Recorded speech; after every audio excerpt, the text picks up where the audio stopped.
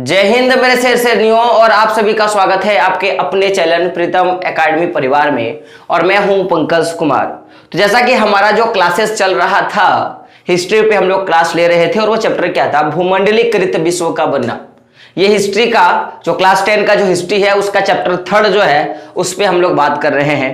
और पिछला जो हमारा टॉपिक था मेरे रसगुल्लो, उस पे हम लोगों ने बात किया था भोजन की यात्रा के बारे में। और हम लोगों ने देखा था कि किस तरह से भोजन जो है वो एक देश से स्टार्ट होकर पूरे विश्व में फैला। और हम लोगों ने फिर अमेरिका के खोज के बारे में देखा था कि कोलंबस किस तरह से पूरा अमेरिका का खोज करता है, इसके बारे में हम लोगों ने देखा था। उसमें सोतुगुई यानी कि चाउमीन के बारे में, पास्ता के बारे में, और झटपट बनने वाले जितने भी वस्तु है उसके बारे में, और साथ साथ में हमारा सबका अपना जो आलू है यानी कि पोटैटो, उसके बारे में हम लोगों ने पूरा जो कवर है उसको कर लिया। और आज का जो टॉपिक है, हम लोग इस टॉपिक पे बात करेंगे विजय, बीमारी, और साथ में हम लोग बात करेंगे व्यापार। क्या क्या? विजय, बीमारी और व्यापार। यानी कि जब लोग एक देश से दूसरे देश के लिए आक्रमण कर रहे थे तो उस दौरान किस तरह से लोग अपने आप को विजय बनाए, उनके समर्थन में बीमारी के बारे में देखेंगे कि एक जगह से दूसरे जगह बीमारी कैसे आया, और फिर व्यापार के बारे में देखेंगे कि एक जगह से दूसरी जगह व्यापार कैसा होने शुरू हुआ, इसके बारे में हम लोग बात करेंगे। तो अगर आप लोग चैनल पे नए हो और फर्स्ट टाइम प्रीतम एकेडमी को वॉच कर रहे हो तो पीछे का भी जितना भी वीडियो है उसको जरूर देख लेना। और मैं एक बार बोलूंगा कि चैनल को जरूर सब्सक्राइब कर देना, और नोटिफिकेशन के लिए जो बेल का आइकन आता है उसको भी क्या कर देना, आपको प्रेस कर देना है। तो पहले हम लोग बात करते हैं व्यापार के बारे में। तो 16वीं शताब्दी में, याद रखिएगा मेरे रसगुल्लो, कि 16वीं शताब्दी में या 16वीं शताब्दी तक बात करें तो जितने भी यूरोप के जहाज है, जो भी यूरोप देश के जहाज है, ये लोग क्या कर चुके थे कि मैं बोल सकता हूं कि ये लोग अपने जहाजों को लेकर एशिया तक क्या जो समुद्र का जो सफर है उसको तय कर चुके थे।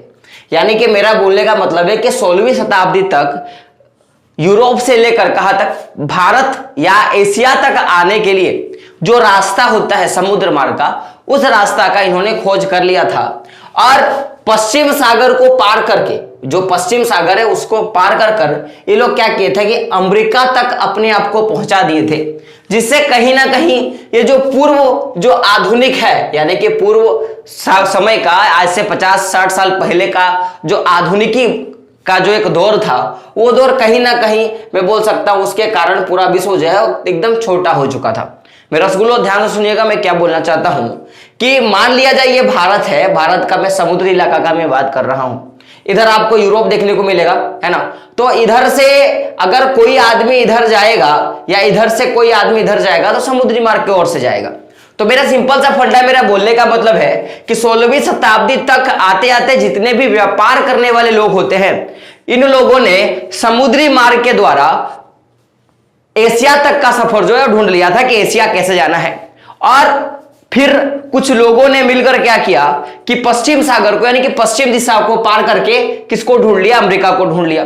तो कहीं ना कहीं एशिया तक आने का और साथ में किधर किधर अमेरिका तक जाने का ये जो पूरा जो एक लंबा रूट था जो समुद्र मार्ग के द्वारा खोजा गया, तो उससे कहीं ना कहीं जो पूर्व आधुनिक काल था, जो पीछे का जब हमारा आधुनिक काल बनना शुरू हुआ था, उसी के कारण, ये रास्ते के खोज के कारण कहीं ना कहीं पूरा विश्व जो क्या है मेरे रसगुल्लो, छोटा हो चुका था।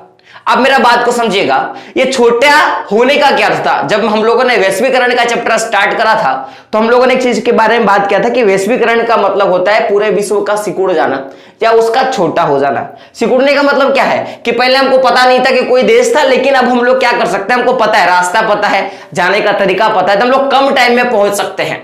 यही होता है वैश्वीकरण का प्रभाव। तो जब रास्ता का पता चल गया तो कहीं ना कहीं जो पूरा विश्व है बहुत छोटा हो गया। लेकिन हम लोग बात करते हैं कि जब रास्ता नहीं पता था कि हमको पश्चिम की तरफ कैसे जाना है, अमेरिका के बारे में हमको नॉलेज नहीं था, उत्तरी अमेरिका के बारे में और दक्षिणी अमेरिका के बारे में नॉलेज नहीं था, तो तब भी तो लोग व्यापार करते होंगे ना। तो जब इन रास्तों के बारे में पता नहीं था कि पश्चिम सागर को पार करके कोई अमेरिका जैसा देश है, तो पूरा जो व्यापार था वो हिंद महासागर के जरिए होता था। और ये व्यापार जो है पूरा पूरा इसी सागर से, हिंद महासागर से क्या होता था, फल फूल रहा था। और इसी रास्ते से जो व्यापार करने के जो साधन होते हैं, मैं बोल सकता हूं उसमें तरह तरह के सामान का मैं बात कर लूं, या तरह तरह के लोगों का बात कर लूं, या तरह तरह के ज्ञान की चीजों का बात कर लूं, या परंपरा की चीजों का बात कर लूं, सारे जो है ये सारे चीज यूरोप देश से लेकर भारत तक इन्हीं समुद्री मार्गों के द्वारा क्या हुआ है, आया हुआ है। जैसे हम लोगों ने बौद्ध धर्म के बारे में बोला था, मेरे जैन धर्म के बारे में बताया था, कल हम लोगों ने सोतुगोई चाउमीन के बारे में, हम लोग झटपट बनने वाले पदार्थों के बारे में देखा था। तो सारे के सारे जो है समुद्री मार्ग के द्वारा ही आया हुआ था। तो जैसे ही इससे जब अमेरिका का खोज नहीं किया गया था, तो उससे पहले हिंद महासागर का जो व्यापार था वो बहुत ही ज्यादा फल फूल रहा था। कारण क्या था कि लोग यूरोप से लेके इधर पूर्व के एशिया तक आ रहे थे, ठीक है। और उसी कारण से मैं बोल सकता हूं कि भारत जो है इस पूरे व्यापार का एक प्रमुख केंद्र बन गया था। मैंने क्या बोला कि जब अमेरिका का खोज नहीं किया गया था और अमेरिका के साथ यूरोप का व्यापार नहीं हो रहा था, तब यूरोप हिंद महासागर के रास्ते बाकी पूर्वी देशों तक जाते थे व्यापार करने के लिए, जिससे कहीं ना कहीं ज्यादा फायदा जो है वो किसको होता था, भारत को होता था। तो जो हमारा भारतीय उपमहाद्वीप है, कहीं ना कहीं यूरोप जो बड़ा एक पूरा जो व्यापारिक एरिया है, उस एरिया का एक पूरे विश्व का मैं बोल सकता हूं पूरा जो भारत है वो क्या था, एक अच्छा खासा नेटवर्क था। और इसकी जो स्थानीय स्थिति थी बीच में, इससे इसको बहुत फायदा मिलता था। अगर आप लोगों ने क्लास 9 का मेरा चैप्टर अगर देखा होगा, तो भारत की हिंद महासागर में केंद्र स्थिति से लाभ के बारे में मैंने एक टॉपिक लिया था। तो उसमें हम लोगों ने देखा था कि अगर जैसे ये भारत है, अगर कोई देश इधर से आके इधर व्यापार करना चाहे, या कोई देश इधर से आके इधर का व्यापार करना चाहे, तो बीच में उसको एक स्टे पॉइंट मिलना चाहिए। अगर मान लो कि आप सामान बेचने वाले एक व्यापारी हो और आप अपने एक बगल का जो आपका मार्केट है, मंडी है, आप वहां पे जाके सामान बेचना चाहते हो, तो आप क्या करोगे कि उस रास्ते जाते हुए जितने भी गली मिलेंगे, मोहल्ले मिलेंगे, आप क्या करोगे, उसको बेचते हुए जाओगे। तो हिंद महासागर में भारत जो है वो केंद्र में है, तो इससे वो जब यहां से लेके पूर्व के देशों को जब व्यापार करने के लिए आते थे, या जब पूर्व के देश यूरोप जाते थे व्यापार करने के लिए, तो बीच में भारत मिलता था, घुस लेते थे और यहां पे व्यापार कर लेते थे। तो इससे कहीं ना कहीं भारत का जो समुद्री मार्ग है वो विकसित होता गया। साथ में इनको सीमा शुल्क मिलने लगा, बहुत लोगों को व्यापार होने लगा। इस तरह की बहुत सारी चीजें जो है देखने को मिला। कब? जब यूरोप के साथ हमारा व्यापार चल रहा था, जब अमेरिका की खोज नहीं की गई थी। तो इससे मैं बोल सकता हूं कि जब हमारा यहां पे केंद्र स्थिति बना, हमारा एक केंद्र स्थिति बना हिंद महासागर में, जो मैं बोल सकता हूं एक प्रमुख केंद्र के रूप में कहां आगे आया यूरोप के लिए, तो इससे यूरोप को बहुत सारा फायदा हुआ। इससे यूरोप को तो फायदा हुआ, साथ में भारत को भी फायदा हुआ। तो अगर मैं फायदे का बात करूं, केवल फायदे का बात करूं, ना कि मैं यूरोप के फायदा का या खुद के फायदा का, अगर फायदे की बात करूं तो भारत की स्थिति आने से ये जो आवाजाही है दोनों देशों के बीच, कहीं ना कहीं ये इंक्रीजमेंट हुआ और ये क्या होगी, बढ़ गई। क्या होगी? बढ़ गई। तो भारत का जो हिंद महासागर में केंद्र स्थिति था, उससे एक चीज का फायदा हुआ कि यूरोप यहां आके अपने सामान को क्या कर सकता था, बेच सकता था। लेकिन आप बात करते हैं 16वीं शताब्दी का, जब अमेरिका का खोज किया गया, उसके बाद की थोड़ी घटनाओं के बारे में चर्चा करते हैं। अभी हम लोगों ने देखा कि जब अमेरिका का खोज नहीं किया गया था, तो जितने भी यूरोप के देश है वो हिंद महासागर के जरिए भारत को पार करते हुए क्या करते थे, व्यापार करते थे, आगे जाके व्यापार करते थे। लेकिन जब 16वीं शताब्दी में अमेरिका का खोज किया गया, तो उससे पहले अमेरिका जो पूरे विश्व से मैं बोल सकता हूं कि लगभग 100 सालों से वो बहुत दूर था, उसके बारे में कोई नहीं जानता था। लेकिन 16वीं शताब्दी में उसकी खोज हुई, तो अमेरिका का जो विशाल भूमि देखा गया, जिस तरह की अमेरिका की भूमि पाई गई अमेरिका के क्षेत्र में, या अमेरिका के जो बेहिसाब जितने भी फसल थे, जितने प्रकार के उसके पास फसल पाए गए, या मैं बोल सकता हूं कि जिस प्रकार के उनके पास कीमती जो खनिज पदार्थ थे वो पाए गए, इसके कारण हर देश की जो दिशा थी वो कहीं ना कहीं अमेरिका की ओर मुड़ गया। और सारे देशों की जो जीवन रेखा है, अमेरिका की विशाल भूमि को देखकर, या अमेरिका के जो बेहिसाब फसल है उसको देखकर, या मैं बोल सकता हूं कि अमेरिका में पाए जाने वाले खनिज पदार्थों को देखकर उनके जीवन का जो रूप रंग है वो पूरी तरह से बदल गया। और सारे के सारे लोग जो है वो अमेरिका के प्रति ट्रांसफर होना शुरू हो गया, अब अमेरिका के साथ व्यापार करना शुरू कर दी। तो समझिएगा कि जब 16वीं शताब्दी में अमेरिका का खोज हुआ तो उसका जो विशाल भूमि था, अमेरिका का जो विशाल भूमि था, और उस विशाल भूमि में जिस तरह की वो लोग खेती करते थे या जिस तरह के उनके पास खनिज पदार्थें पाई गई, उनसे कहीं ना कहीं सारी जो देश है वो क्या हो गए कि उनके जो पूरा जो उनका अट्रैक्शन था वो अमेरिका की ओर गया और अमेरिका से व्यापार करने के लिए सारे लोग अग्रसर होना शुरू हो गए और जिसके कारण बाकी जो देश था उनका जीवन क्या हो गया, यहां से बदलना शुरू हो गया। तो अमेरिका में यह स्थिति और तब अच्छी हुई जब अमेरिका का दो शहर है, एक आप पेरू शहर का बात करोगे और एक मेक्सिको शहर का बात करोगे। यानी कि मैं बात करूं तो साउथ अमेरिका और एक मैं बात करूं तो नॉर्थ अमेरिका। तो पेरू जो है वो दक्षिण अमेरिका के क्षेत्र में आता है और मेक्सिको जो है वो किसके अंतर्गत आता है, तो उत्तरी अमेरिका के अंतर्गत आता है। तो इसे इन दोनों क्षेत्रों में जब खान पाएंगे, खान समझते हो ना, सलमान खान या शाहरुख खान का मैं बात नहीं कर रहा हूं या आमिर खान का नहीं बात कर रहा हूं। तो अमेरिका का जो पेरू शहर है या जो मेक्सिको सिटी है, शहर है, वहां पे क्या पाया गया, जैसे कोयले का खान होता है, जैसे सोने का खान होता है, हीरे का खान होता है, उसी तरह इन दोनों शहरों में क्या मिला, कीमती धातु का एक खान मिला। और एक कीमती धातु जो खास करके मैं बात करूं तो एक चांदी का जो है, किसका मैं बात कर रहा हूं, चांदी का जो है वो क्या मिला, खान मिला।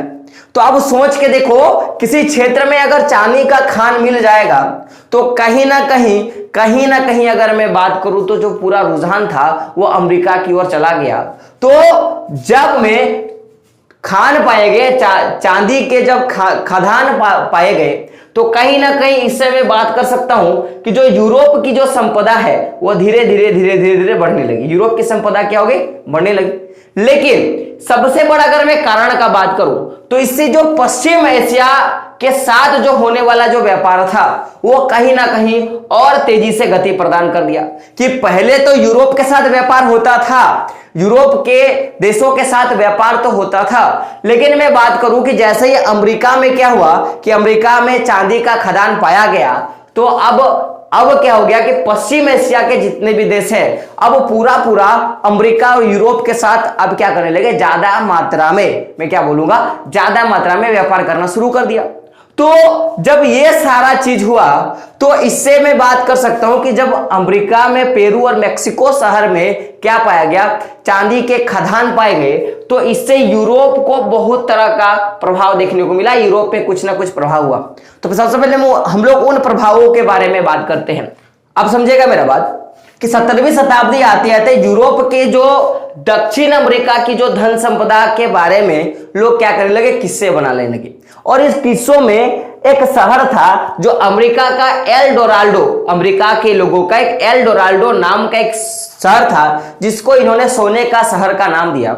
और इसी तरह के सोने के शहर को खोज करने के लिए एल डोराल्डो जैसे सोने के शहर के खोज करने के लिए जितने भी यूरोप देश है उन्होंने क्या किया कि इसके लिए बहुत सारा अभियान बाहर निकाल दिया कि अब हमें भी क्या करना है, एल डोराल्डो जैसी शहरों को खोजना है।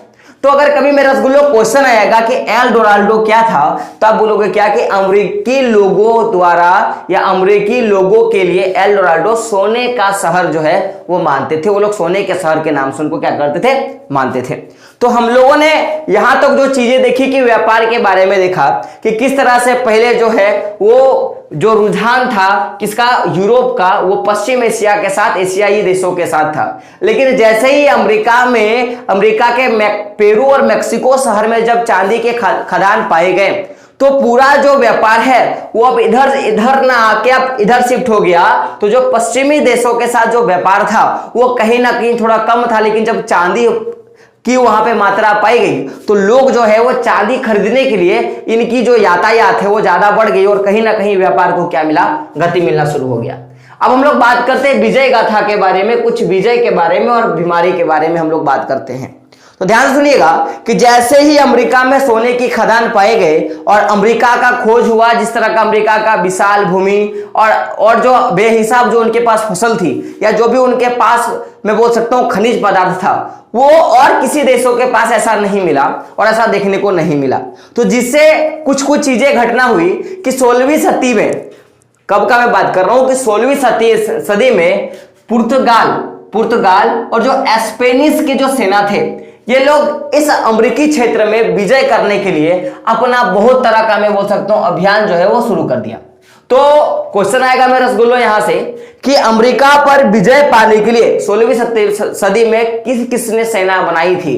तो आप क्या बोलोगे? पुर्तगाली और स्पेनिश। कारण क्या था कि जिस तरह का संपदा, जिस तरह का धन दौलत जो था अमेरिका में था, इसके कारण। तो समझिएगा, इसका मेनली उद्देश्य क्या था कि अमेरिका को उपनिवेश बनाया जाए और अमेरिका के पास जितने भी धन दौलत है उसका हम लोग क्या करेंगे? उपयोग करेंगे।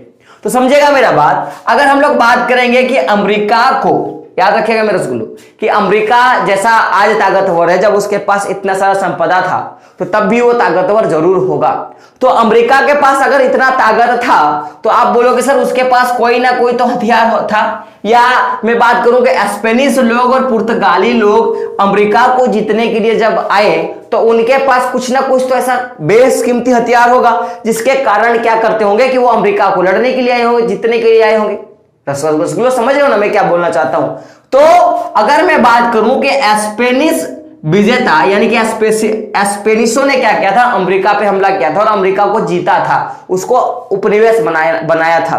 तो अगर मैं बात करूं उपनिवेशों का, यानी कि मैं बात करूं किसका? स्पेनिशों का शक्तिशाली जो हथियार था वो कोई परंपरागत किस्म का हथियार नहीं था कि हम लोग क्या करें, तलवार लेके जाए, भाला लेके जाए, इस तरह का कोई ताकतवर इनके पास नहीं था।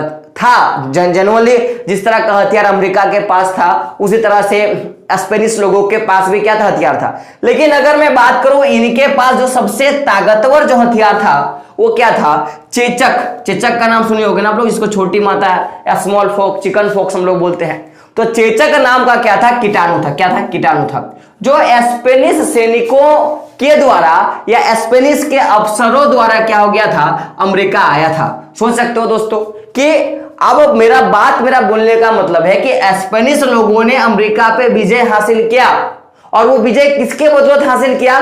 तो चेचक नाम के रोग के द्वारा ये लोग विजय हासिल किया। अब मेरे रसगुल्ले बोलेंगे सर ये कैसे पॉसिबल है? यार पॉसिबल क्या है मैं आपको दिखाता हूं, आप थोड़ा ध्यान से सुनना। तो जब ये चेचक का अमेरिका में प्रभाव बढ़ना शुरू हुआ, जब चेचक का अमेरिका में प्रभाव बढ़ना शुरू हुआ, उससे पहले एक क्वेश्चन आता है मेरे रसगुल्लो कि चेचक जो है वो अमेरिका में किनके द्वारा लाया गया? तो आप क्या बोलोगे? स्पेनिश सैनिकों के द्वारा, स्पेनिश अफसरों के द्वारा अमेरिका में जो है चेचक आया। और बाद में जब अमेरिका से हम लोग व्यापार करना शुरू कर दिए तो अमेरिका के उसके थ्रू से पूरे विश्व में फैला। अब आप समझिएगा कि जब चेचक अमेरिका पर पहुंचा और वहां पे प्रभाव डालना शुरू किया, अपना प्रभाव जब डालना शुरू किया, तो जिस तरह से हम लोग जानते हैं कि लाखों सालों से जो अमेरिका है वो दुनिया से क्या था? अलग था। और अलग होने के कारण जो अमेरिका के लोग थे उनके पास इस बीमारी से, किससे? इस चेचक नाम के बीमारी से बचने के लिए जो रोग प्रतिरोधक क्षमता चाहिए, यानी कि जो इम्यूनिटी सिस्टम चाहिए, जो WBC का जो काम चाहिए कि जिस तरह से वो किससे लड़ सके, वो इस चेचक से लड़ सके, उनके पास नहीं था। जैसे अगर मेरा बोलने का मतलब है कि हमें खांसी होती है, हम लोग जल्दी ठीक हो जाते हैं, हमें सर्दी होती है, हम लोग जल्दी ठीक हो जाते हैं। लेकिन ऐसा कोई इंसान जो आज जन्मा है और उसको सर्दी खांसी हो जाए तो उसको बहुत लेट लगता है उसको ठीक होने में। कारण क्या है? क्योंकि उनका जो WBC है या RBC है उसके अनुकूल नहीं है, उसको अभी तक सीखा नहीं है। जब वो सीख लेगा तो लड़ना सीख जाएगा। क्लास 8 में आप लोगों ने पढ़ा होगा। तो लाखों सालों से ये दुनिया से अलग होने के कारण इनको कभी चेचक नाम का बीमारी हुआ ही नहीं। तो इनका शरीर कभी सीखा ही नहीं कि चेचक से भी लड़ना होता है, चेचक नाम का भी बीमारी होता है। तो इनकी जो रोग प्रतिरोधक क्षमता था वो कहीं ना कहीं क्या हो गया? कम हो गया।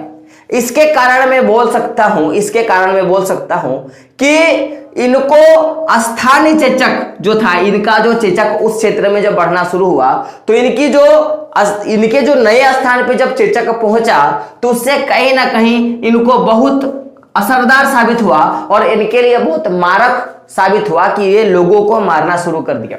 आपको पता है चेचक से कितनी दर्द होती है, तो इनके पास जब वो चीज पहुंचा तो कहीं ना कहीं इनका जो स्थानीय तौर पर जब चेचक पहुंचा तो बहुत मारक वाला चेचक जो है वो साबित हुआ।